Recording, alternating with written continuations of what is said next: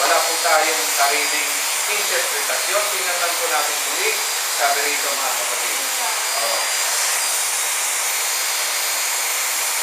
Ang pagkakasala ng sangkatauhan, sabi rito.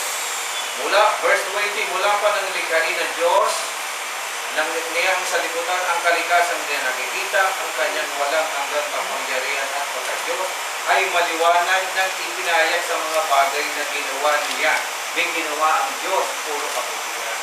Verse 21, kahit nakilala na nila ang Diyos, siya'y di nila pinarangalan bilang Diyos. Di pinasalamatan man. Sa halip, naghaka-haka sila ng mga bagay na walang kabutihan. So, nag-iimbento talaga. Number 2, nadinlan ang kanilang hanga na pag-iisip.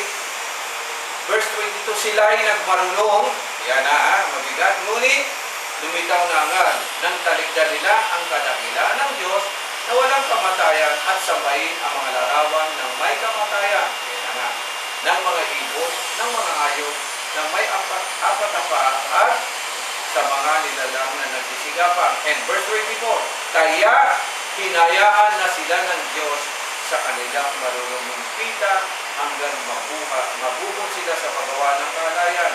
Tinaligdan nila ang katotohanan tungkol sa Diyos at pinalitan ng kasinungalingan. Sinamba nila ang pinaglilingkuran, ang nilalang sa halip na lumalang na siyang dapat, o iyan magpakailangan. Kung inulit naman ang verse 26, dahil dito ay hinayaan sila ng Diyos sa mahalay na pita.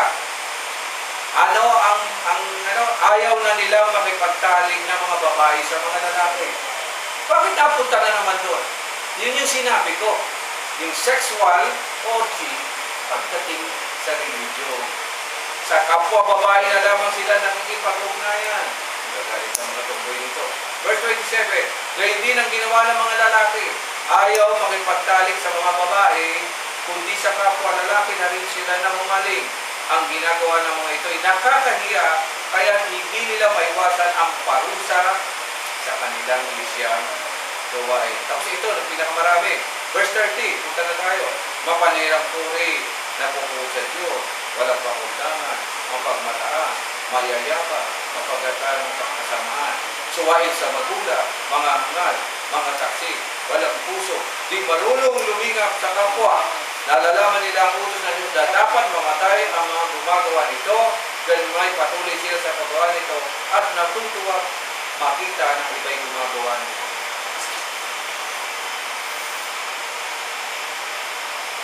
Ang Pilipinas ay isang Christian nation, mga kapatid. Totoo yan. Tayo, kauna-unahang Christian dito sa Asia, kasi kalaman dito ay mga hindi naman talaga Kristiyano.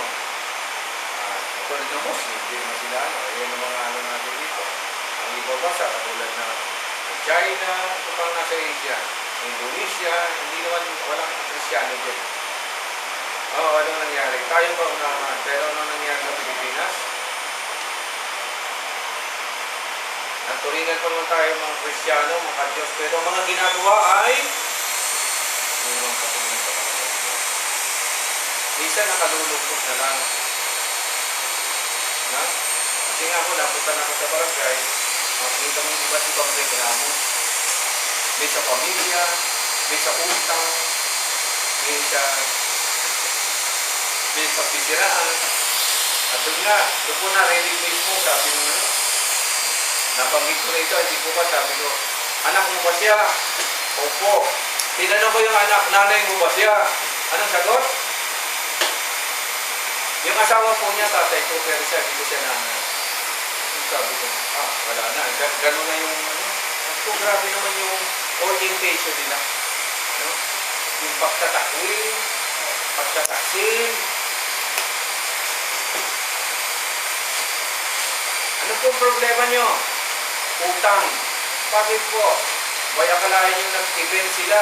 Nag-event daw, birthday ng anak. Magkano po ang kontrata nyo? 15. Magkano po naibigay? Sa isla. Hindi naman sa mga ganun yung lokohan, hindi na natapos-tapos. Ano po ba ang inyo? May takot po ba kayo sa Diyos? Meron po. Kayo, may takot po Diyos. Bakit kayo nagkakagawin sa Diyos? Ay nako. Pag ganito, ang daigdig, wala talaga pong mangyayari. Ngayon, anong gagawin natin? Tularan na lang po natin talaga ang Panginoong Diyos. Yun na lang po ang ating magagawa. Gawin na lang po natin kasi isang araw, uhusga na ng Panginoong Diyos ang daigdig na ito. At sana nga po mga kapatid ay sa tulong niya, maligtas po talaga natin mga kapatid. Dahil talagang pag dito ka lang sa daigdig, ang uso ngayon ay uso ngayon. Hindi mo kasi pwedeng pag kinontra mo, ito pa ngayon na nagiging masama. Ang aklat ng Efeso ay practical na mga sulat nito. Kasi ang kalahati nito, theology, patungkol sa Panginoon. Ang kalahati nito, patungkol sa tamang Panginoon. Nandito na pa sa kalahati, sa makikita niyo, ang saway niya sa mga taga-Efeso, mga kapatid. Ang lungsod ng Efeso nung time na yun ay sentro po ng kalakal, sentro po ng pera yan, ng sibilisasyon. Pero anong ginagawa nila? Hindi magka-Diyos. Sa palagay niyo mga kapatid, dito matapusin. Makikinig sa kanya mga taga-Efeso?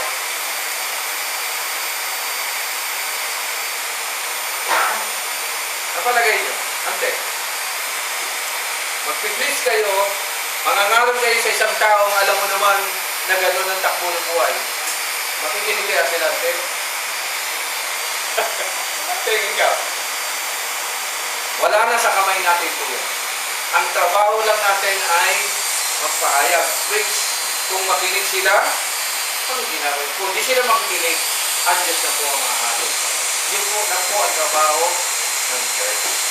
Kung makinig, maliligtas. Kung hindi, wala na sa iyong kamay ang mga bagay na yan. Sa next marami pa akong may i-share kung paano humingi ng batas sa daigdig nito. Makubulat kayo mga kapatid. Walang pag-asa tayo dito talaga kung tutusin. Ang maganda, ang Diyos na lang ang humato sa lahat. Dahil ang sistemang nangyayari sa daigdig nito ay hindi nga talaga makadiyos ng kami. Isang katunayan, manood kayo ng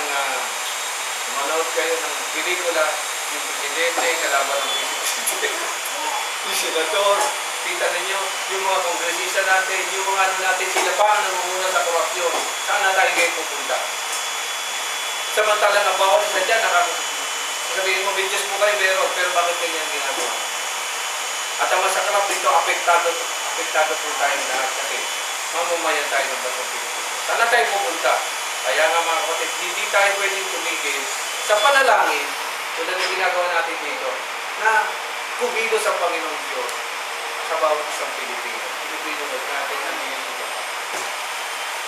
At sana po, wala po kayo bang dalangin, ay maging bahagi tayo ng pagbabago. So, magkita ng pag-aaralan natin. Hindi ang pananampalataya ay hindi puro pagsasabi, pag-aaral patungo sa inyo. Ang pananampalataya ay may kalakip na gawa talaga yun. May kalakip na pamumuhay.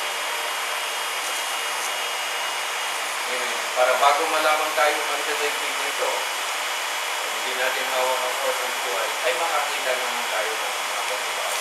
Pero ang pagbabago, sabi nga, ay dapat magsimula sa bawat isa sa atin. Tayo manalangin. Dakilang Diyos, maraming salamat po. Sa may kiling panahon, namin